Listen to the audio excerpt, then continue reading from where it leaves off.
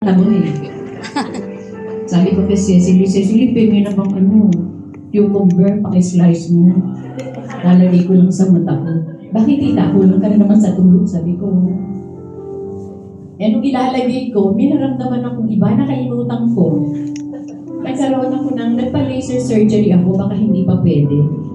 Medyo namula. Naku, kinabahan ako. Kung yung pagkaba ko na ayon dito sa mensahe. Kasi madali tayong mag-react di ba? Sa mga bagay-bagay, especially sa ating katawan. Pero praise God, tayo po ay manalangin. Maraming salamat, Ama, sa umagang ito, Lord God, na binigyan ko na naman ako ng pagkakataon na ibahagi ang iyong mensahe sa umagang ito.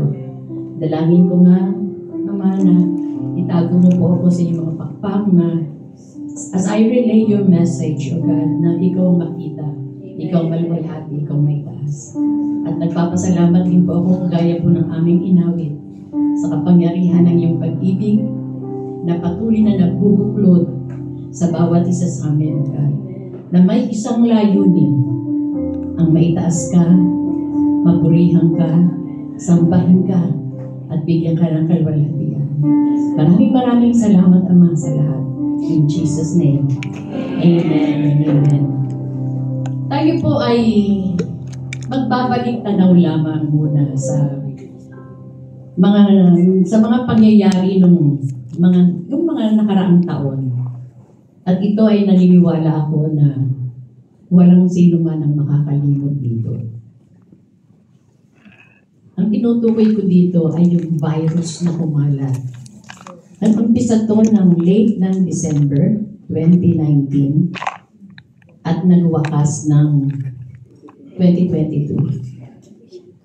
At itong COVID-19 talagang nagbigay ng talagang sabi nga tremendous negative effect or impact sa lahat ng tao.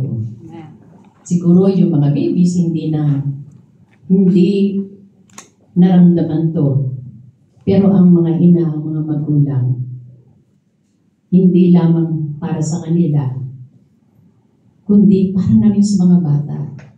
Dahil as much as possible, gusto nilang itago, ikubli yung mga bata, yung mga babies na alam natin na madaling maapektuhan. At ito'y nagdulot din ng problema sa ekonomiya ng bawat bansa. Nagdulot din ito ng mga sakit, especially sa kaisipan ng mga tao. Nabigatan, mga challenges na kanilang hinarap during this pandemic. At lalo na yung nag-lockdown, praise God, dito tayo sa Hong Kong, mga seniors. Hindi tayo tinago. Diba? Nakakalabas pa rin tayo. Sinabi nga labas lang. Hindi ka pwedeng pumasok sa mga restaurant pag wala kang QR code. Hindi ka pwedeng pumasok sa mga palengke pag wala kang QR code. Hindi naman pwede yun. Alam mo naman hindi kami kumain, di ba? Pero kami kasi hindi po kami nagpa-vaccine. Kaya wala po kaming maipakitang QR code. Pero nakakasingit pa rin ako. Kasi kilala na rin ako sa Fresh supermarket. Nakapasok pa rin ako. Dumating yung time na, at hindi pa yun. Ang pinakamasakit dito, ang daming namatay. Mga mahal natin sa buhay. Nang ipasok sa hospital, hindi na natin sila nakita. Dahil bawal. Makikita na lang natin sila kabuna. Yun ang napakasakit sa bawat isa sa atin. I remember yung kapatid ko, napalitaan ako na infecta siya ng COVID dahil ang kanyang anak na panganay ay doktora. At siya rin ang nagdala ng sakit na yun para mahawa yung nanay niya. Yung pamangkin ko, nakaligtas siya doon. Pero yung kapatid ko, sa bahay mo na ginagamot, dahil as much as possible, mahirap dalhin sa hospital. Lalo kang mahihirapan. At saka hindi mo alam kung ano yung mga ini-inject sa'yo, kung ano yung mga pinapainom sa'yo. Diba? Pero kailangan nakita ko yung kapatid ko, dahil kinuna nila ng picture, tsaka yung video, nung ilabas, parang bumuna, pumayat na, kaya kailangan dalhin sa hospital. Praise God, bumayag yung hospital na yung anak niya, yung pamangkin ko ang magbantay. Praise the Lord at nakaligtas. Paano na lang kaya yung mga walang-wala?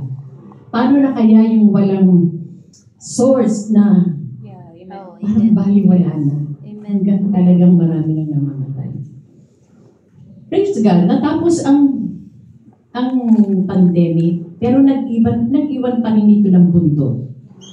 Parang bagyo. Pag-alis ng bagyo, meron pa rin natitira, di ba? Kaya, ang laki ng naging epekto nitong coronavirus. Hanggang ngayon, may takot ang mga tao. Ang dami pang nakamask. Di ba? Natatakot na baka maawa siya. Kahit tayo, may ubuman, di ba? May umubos tabi natin, medyo pinipigilan natin huminga. Hindi natin alam yung pagpigil ng hininga natin, baka yun ang ikamatay natin. Diba?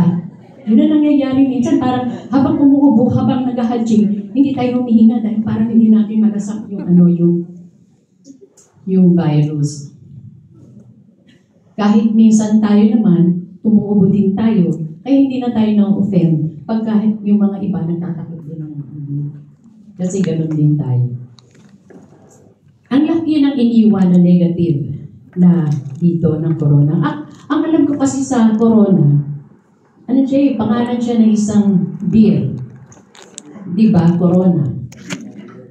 Sa Pilipinas kasi, San Miguel, noon talagang pinagigiliwan ko ng mga, especially mga kalalakihan, mga lasinggero. Diba? Pero ngayon, itong corona na lumaganap, siya pala yung magiging source ng pagkatakot ng mga tao.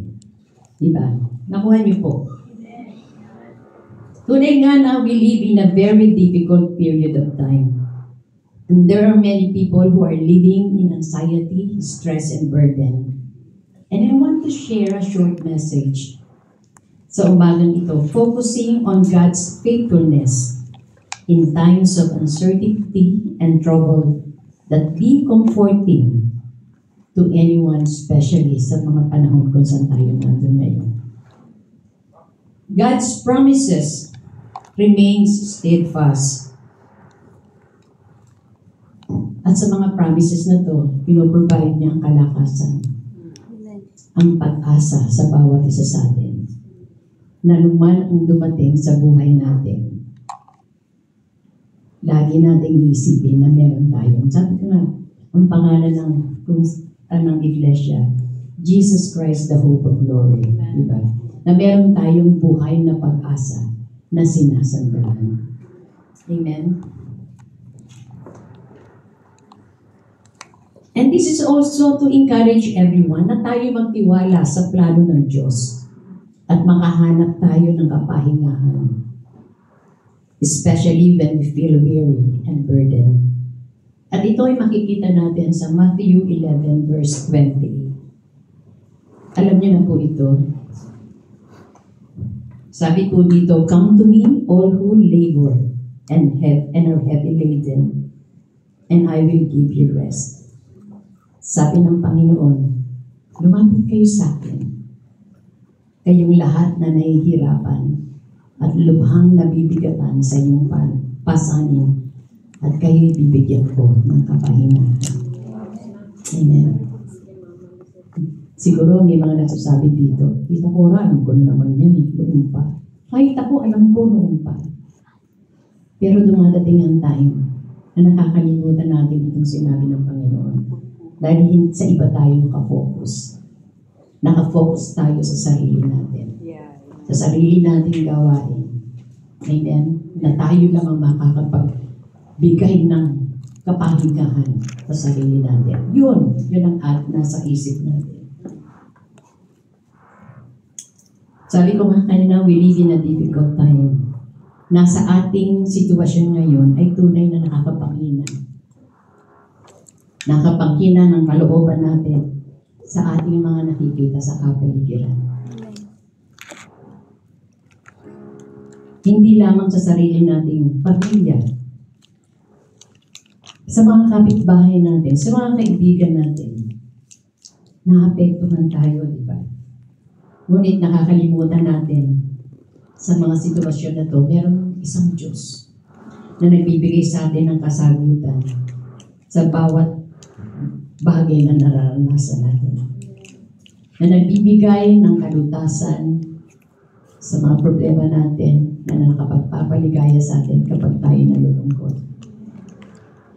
Alam niyo ba, merong isang libro na tunay nga na hanggang ngayon ay hindi natatalo sa benta. Diba? Alam na po natin lahat to. Ang Bible, ang salita ng Panginoon. Alam niyo po, ito po, isang libro na punong-puno ng promesa. Diba? Ito, ang mga mensahe dito ay nagbibigay sa atin ng hope, ng joy, at ng victory. Alam natin na tayo na nasa isang mundo na broken world, na punong-puno ng kalungkutan, punong-puno ng sakit, punong-puno ng sufferings. Hindi kagaya nung gawin nung unang panahon na ginawa, kung paano ginawa ng Diyos ang mundo. Sinabi niya, it was good. Lalo na nung create tayo, sabi ni Lord, it was very good. Ibang-iba tayo nung create ng Panginoon dahil may purpose ang Diyos sa bawat isa sa atin. Amen. Hindi tayo create lang, o sige, punta ka sa sulok, o kaya ikaw ay magliwaliw ka, bahala ka sa buhay mo. God created us because He has a purpose sa bawat buhay natin. Amen. According to the Bible in Genesis, nung panahon noon, there's no sin. Walang kasalanan noon. Walang mga sakit. Walang sufferings. Walang sorrow. Walang pain. Walang-wala na mga kabigatan ng puso. Especially si Adam na kanyang unang nilikha. Adam and Eve, the first man, si Adam was living in sweet communion with their Creator God. Pero dahil sa kasalanan, nung tinan siya ng kalaban, ng demonyo, nagbumigay siya. Si Eva munang tinem, at nakiayon na rin siya sa sinabi ni Eva. After that, nagkagulo-gulo na yung buhay. Pero gumamit pa rin ang Panginoon. Diba? Ginamit niya si Noah, yung man of God, para ma-retain ang tao. Dahil noon, ang kasalanan, alam natin ang lahat, babagitin ko lang ulit, ang ano ba to?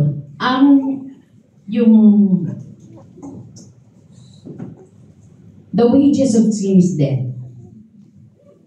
Ang pag nagkasala ka, ang kaparusahan ay kamatayan.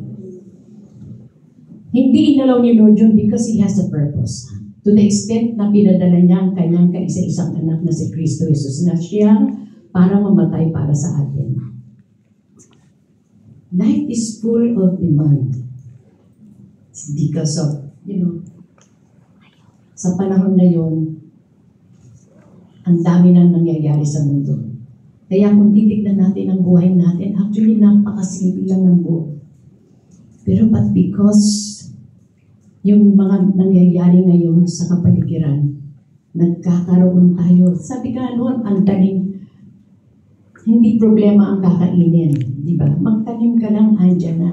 Pero ngayon, kung wala kang pera, kung wala kang tanim, hindi kang kakakain. Kung wala kang trabaho, mahirapan ka. Alam mo yun, yung mga nangyayari sa buhay ngayon, na talagang maraming demands sa buhay namin. Kailangan maging ganito ka. Kailangan maging ganyan ka. Kailangan maging ganito ka para ka maging masaya. We work hard, face challenges, and carry burdens. Maliit man o malaki. Sometimes we feel overwhelmed, exhausted, and like we, para bang hindi na matatapos ang mundo, para bang hindi na tayo mga kilos. sa mga problemang dumadating sa buhay natin. Naiintindihan ng Panginoon yun. Hindi ini-ignore ng ating Diyos yung mga struggles na nararamdaman natin. Actually, He offers a solution. Nag-offer siya ng isang solusyon. Matthew 11:28 is a personal invitation from Jesus. He says, "Come to me." Hindi niya sinasabing linisin mo muna ang sarili mo para makalapit ka sa akin. O i-prove mo na ang sarili mo ay worthy para makalapit ka sa akin. Walang hinihinging gano'n ng Panginoon. He simply invites us to come. As we are weary and burdened, sabi ni Lord, "Come to me, all who labor and heavy laden." At ito ay hindi ito invitasyon para sa isa lamang, para ito sa lahat na nagsasuffer, na napapagod na, nabibigatan na sa mga pasanay dinadala niya. Sa lahat, wala itong limitasyon. Anumang kultura ka meron, anumang nationality ka meron, anumang kasalanan ka meron, ito ay welcome sa lahat. Doon sa nabibigatan, doon sa napapahagod. Amen. Sabi ni Lord, "Come to me." And He promised rest. I will give you rest. Amen. This is not just a physical rest. Rest para sa kaluluwa natin, for the soul. It's a peace that surpasses all understanding. Peace that the world cannot understand. Peace that the world cannot give. Na kahit sa mga gulong sa kapaligiran natin, andun pa rin ang kapayapaan na ipinagkakaloob ng Diyos sa atin. Kung makikita po natin na itong passage na to, napaka-importante po sa buhay natin. It's such an important thing to see because tayo po, kahit mga Kristiyano tayo, meron pa rin tayong mga daladalang mga bagay na mali, incomplete, nakaisipan na kung hindi natin alam kung sino si Jesus. It's about how He thinks about us. Si Jesus, hindi natin, akala natin, nag-iisip tayo, paano ba tayo tinitingnan? Paano ba tayo iniisip si Lord? Meron bang kaisipan si Lord para sa atin? Mabuting kaisipan? And how He treats us, and so forth. Yun ang mali nating kaisipan, or hindi man kumpletong kaisipan about kay Lord. Kahit ni buhay na tayo ng Diyos, marami pa tayong hindi alam. Marami pa tayong mga bagay-bagay na akala natin na ang Diyos ay ganito lang, makakalapit tayo kay Lord kapag tayo'y mabuti. Kapag tayo'y karapat-dapat, pag wala tayong kasalanan. Alam niyo po na ilang beses ko na nga po itong narinig. Ilang beses ko na rin po napakinggan. At meron din pong kanta na nauukol dito. Pero every time I hear this passage, this message, this verse, talagang parang tumutusok sa dibdib ko. I believe na kayo din ganun. Dahil itong salitang to, nagpaparemind ulit sa atin na meron tayong pangangailangan. Amen.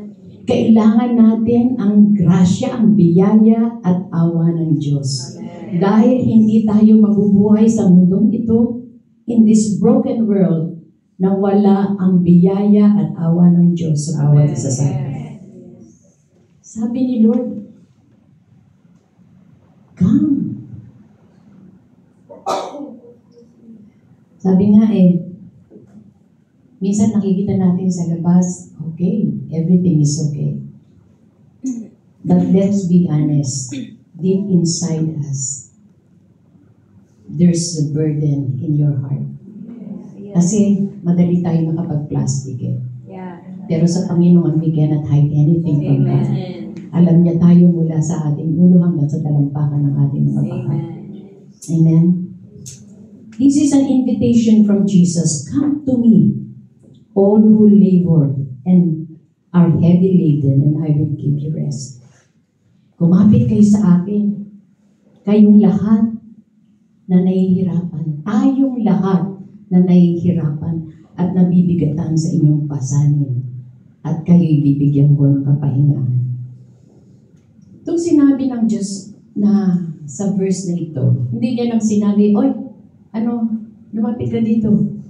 At bibigyan kita ng pagka lumapit ka dito, bibigyan ka pag hindi ka lumapit, bahala ka na sa buhay mo. Parang kung hindi ka lalapit, ganyan. What the Lord says here is a command. It is a command from God. Diba? Hindi ito yung sige, lapit ka lang sa akin pagka ganito. Yung pang may condition na Amen. Ang condition niya lang, ang sinabi niya lang, ang makakatanggap lang nito, yung na para sa lahat, na nabibigatan, na nahihirapan, na hindi na nila madala yung mga pasanin na sa kanilang mga shoulders. Sabi nga sinabi niya to with strong feeling. Para bang sinabi niya, hey, andito ako. Andito ako. Lapit kayo sa akin. Huwag kayong mag-isa dyan magbukbok sa mga problema niyo. Pero tayo, hindi natin nanonotice yung gentle voice ng Panginoon na andyan lang sa atin, sa atin na. Ang Diyos, pero hindi pa rin natin naririnig. Sabi nga, ang Panginoon hindi napakahirap hanapin. Tayo lang ang mahirap hanapin. Amen? Yes. He's made Himself available and He wants to get our attention. Na sino ba siya? He is the one whom we need most sa ating mga pangailangan. At sinabi nga na, ang come, sabi to come, is a present tense. Jesus isn't asking us to come tomorrow. Bukas ka na lang pumunta sa akin dahil busy-busy ako ngayon, may inaasikaso pa ako. Hindi yun ang sinasabi ng Diyos. O siguro sa mga susunod, punta ka na, lumapit ka sa akin. Sabi ni Lord, come now. Doon sa mga napapagal, sa mga nahihirapan. And I will give you rest. But the problem is, hindi natin maiwanan yung sarili natin na patuloy na nagtatrabaho para mag-move on tayo. Pero alam natin na hindi natin magagawa yun. Sabi ni Lord, leave your self-reliance efforts today. Iwanan mo ang kasalanan mo, mga kasalanang ginagawa mo. Ano man ang dinadala mo, iwanan mo. Come. Lumapit ka sa akin. Amen. And I will give you rest. Rest is here right now for you. Amen. Just come in. Sabi nga, ang mundo, nandidemand siya ng mga pinag-aralan mo, di ba? Mga yung nagawa mo na maganda. Pero ang Panginoon, ang hinihiling niya lang, lumapit ka. Lumapit ka sa akin. Wala siyang hinihiling na iba, kundi lumapit ka. Our new life begins right there. Kasi minsan, pagka punong-puno tayo ng pangamba, punong-puno tayo ng mga kapighatian. Para bang yung katapusan na ng mundo, pero yun ang nasa isip mo, pero kilos ka pa rin ng kilos. Kaya hindi na natin namamalayan yung pagtawag ng Panginoon. Minsan pa, tayo yung likas na tao na napakasimpleng bagay, ginagawa natin komplikado. Di ba? Ini-imagine natin na may mga mahirap na kondisyon sa sinasabi ni Lord. Kailangan meron tayong mga gagawin pa. May mga qualifications pa na prerequisites. Hindi Di ba? Lord, iniisip ko muna yung sarili ko para makapunta ako sa iyo. Napakasimple ng sinabi ng Panginoon, come to me, those who are heavily laden, and I will give you rest. Walang sinasabi ang Panginoon, come to Him, ay linisin mo muna yung sarili mo bago ka pumunta sa akin. Magdala ka ng iaalay mo sa akin para tanggapin kita. No, walang sinasabi ang Panginoon. But Jesus asks us only to come as we are. Be all that we are. We think we cannot possibly come to Jesus, but paano tayo makakapunta? Look at us. We are sinners. But the Lord didn't give you the authority to change the Word of God. Wala tayong karapatang palitan ang salita ng Panginoon. Ang salita lang na binibigyan ng Panginoon dito, come to me, those who are heavily laden, and I will give you rest. Amen. Kaya lang, sabi ko nga kanina, likas sa atin ang masyadong nagko-complicate ng mga salitang simple.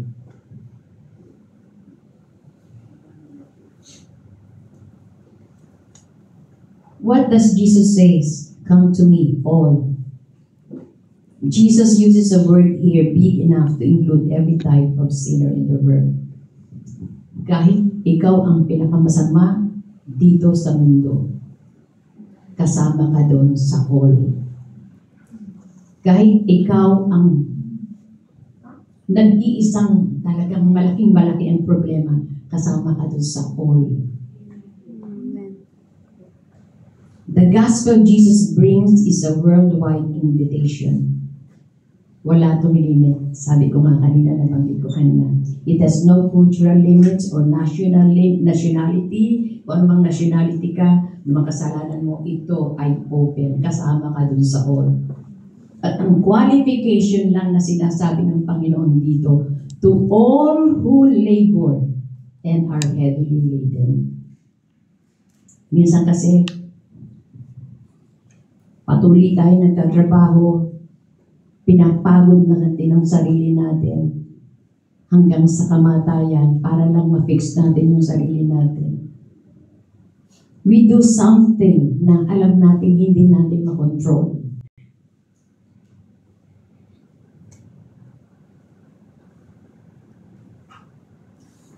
Pero hindi eh. Hindi yun ang mga ang sinasabi natin ng Panginoon kang the Lord of the heaven and the earth, the Creator of all things, the one who upholds the universe by the word of His power, offering Himself to us. To us. Na nakikita niya, nakikita ng Diyos ang kapaguran natin. Nakikita ng Diyos ang mga pasanin natin.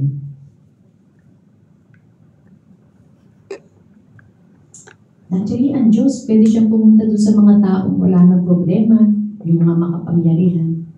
Pero di ba, kaya nga dumating ang Panginoon dito, doon sa mga may sakit, doon sa mga nahihirapan, doon sa mga napapagod na.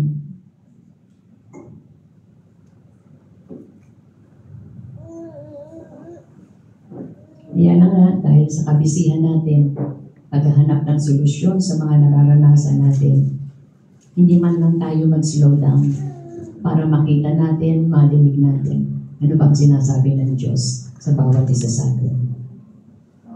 If you are exhausted from working only to fail, from obeying only to sin again, at kumukuha ka ng bato para ipukpok mo sa sarili mo, walang mangyayari doon. If you feel heaviness on your heart, that you want to be free of sin, or sorrow, or anxiety, or remorse, or memories, or uncertainties, or whatever, you are invited by Jesus. The qualifications you need are weariness and weightiness. Yun ang qualification. Kasi kung ikaw ang tao, mataas ang pride mo, kaya ko to, mayaman ako, marami akong pera, hindi ikaw ang tinatawag ng Diyos. Ang tinatawag ng Diyos yung nangangailangan sa Kanya. Dahil siya lang ang makapagbibigay ng solusyon sa mga pangangailangan natin. Amen. Siya lang ang makakapagbigay ng kapahingahan na hindi natin maibibigay sa ating sarili. Amen. Ang ating Diyos lamang. Kung ikaw ay pagod na sa pagtatrabaho para lang mabigo, sabi ko nga kanina, mula sa pagsunod lamang sa kasalanang muli, ikaw ay inaanyayahan ni Jesus. Kung nakakaramdam ka ng bigat sa iyong puso na nais mong palayain, kasalanan o kalungkutan o pagkabalisa o pagsisisi o alaala o kawalan ng katiyakan, kung ano pa man, inaanyayahan ka ni Jesus. Ang mga kwalifikasyon na kailangan mo ay kapaguran at bigat. Yan ang sinasabi ng Panginoon. Ikaw, ako, tayong lahat. Amen. Na kung meron tayong dinaranas ngayon, nabibigatan tayo dahil sa bigat ng problemang daladala natin. Andiyan si Jesus. Tinatawag ka. Ang iyong pangangailangan na hindi problema kay Jesus. Hindi ito nakakadagdag ng kabigatan sa ating Panginoon. Nandiyan si Jesus para pakawalan ka. Amen. Sa katunayan, ang iyong pasalin ang mismong bagay na nakalulugod sa Kanya. Di ba? Alam ng Diyos na hindi mo kaya. Lalapit ka sa Panginoon, Lord, tulungan mo ko. Kahit hindi ka na magsalita, alam ng Diyos ang dinadala mo.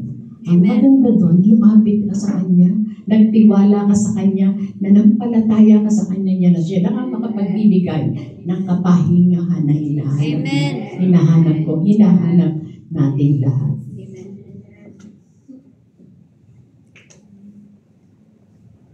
Are you weary and burdened today?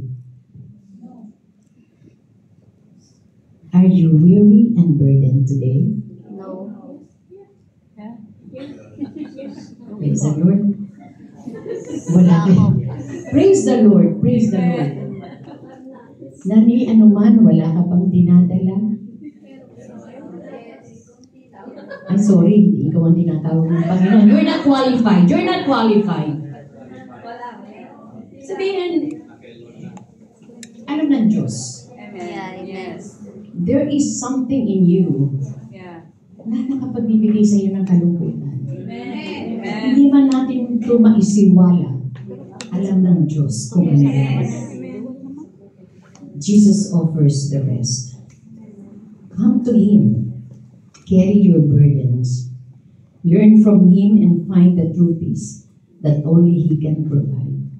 That He can only satisfy. His invitation is open to all who will come. So when your life falls apart, kung ang buhay nyo ay na parang nagkakawatak-watak na, itong verse na to, itong message ng Panginoon ay para sa iyo. When you can find rest anywhere else, here is Jesus, your Savior, saying, come to me. When all fails, the Lord never fails. It's an offer we cannot refuse. Siguro may diferensya ka pa. May diferensya ka na pag ni-refuse mo itong offer ng Panginoon.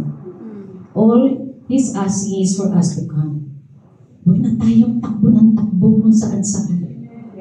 Huwag na nating ipilit ang sarili natin na tayo lang makapagbibigay ng kalunasan sa mga nararamdaman natin. Stop running and come to Him. Jesus offers rest we never thought possible. Akala natin hindi imposible ito. Walang imposible sa Panginoon. At siya lang ang nag-iisang makapagbibigay ng kapahingahan natin dahil siya mismo na nasa atin ang kapahingahan natin. Amen. Siya mismo ang ating Panginoon Jesus. When we come to Him, we come to the answer of our lives first. Pagka kung lumapit tayo sa Kanya, yung mga tanong natin, yung mga hinahanap natin, makakamtan natin yun kapag tayo lumapit sa Kanya. The most loving, He is our Lord, the most loving, the most accessible, approachable, kind, gentle, and lowly person in the universe. He is our Savior. He is our Lord. He is our Master. He is our leader. And He is our rest. Amen. He is Jesus. Jesus. Jesus. Jesus. Amen. Amen. Thank you, Lord. Tunay nga, Ama, napakabuti mo. Hallelujah. Nasa ngayon patuloy kang kumikilos sa bawat isa sa amin, Panginoon. Salamat po sa iyong anak na si Kristo Jesus na siyang Lord na nagpasa ng krus para sa amin, Panginoon. Maraming salamat po. Siya po ang namatay para sa amin upang maipagpatuloy mo ang purpose mo sa bawat isa sa amin. Salamat po sa iyong banal na Espiritu na patuloy na naggagabay, patuloy na nagko-convict sa amin, Panginoon. Tunay nga na wala na po kaming mahihiling pa. Ang buhay mo ang siyang nagkumpleto sa amin, O God. Hayaan mo na ang buhay namin ay patuloy, every moment sa buhay namin ay patuloy na makaniig ka, Panginoon. Na sa pagdating ng panahon, O God, gusto po namin marinig ang salita mong welcome, my faithful servant. Enter unto thy master's joy. Maraming salamat, Ama, sa lahat. Sa iyo lahat ng papuri, pasasalamat at pagsamba. Sa pangalan po na iyong anak na si Kristo Jesus at sa kapangyarihan po na iyong banal na Espiritu at ang bawat nagmamahal sa inyo ay magsasabi ng Amen. Thank you, Lord. Thank you,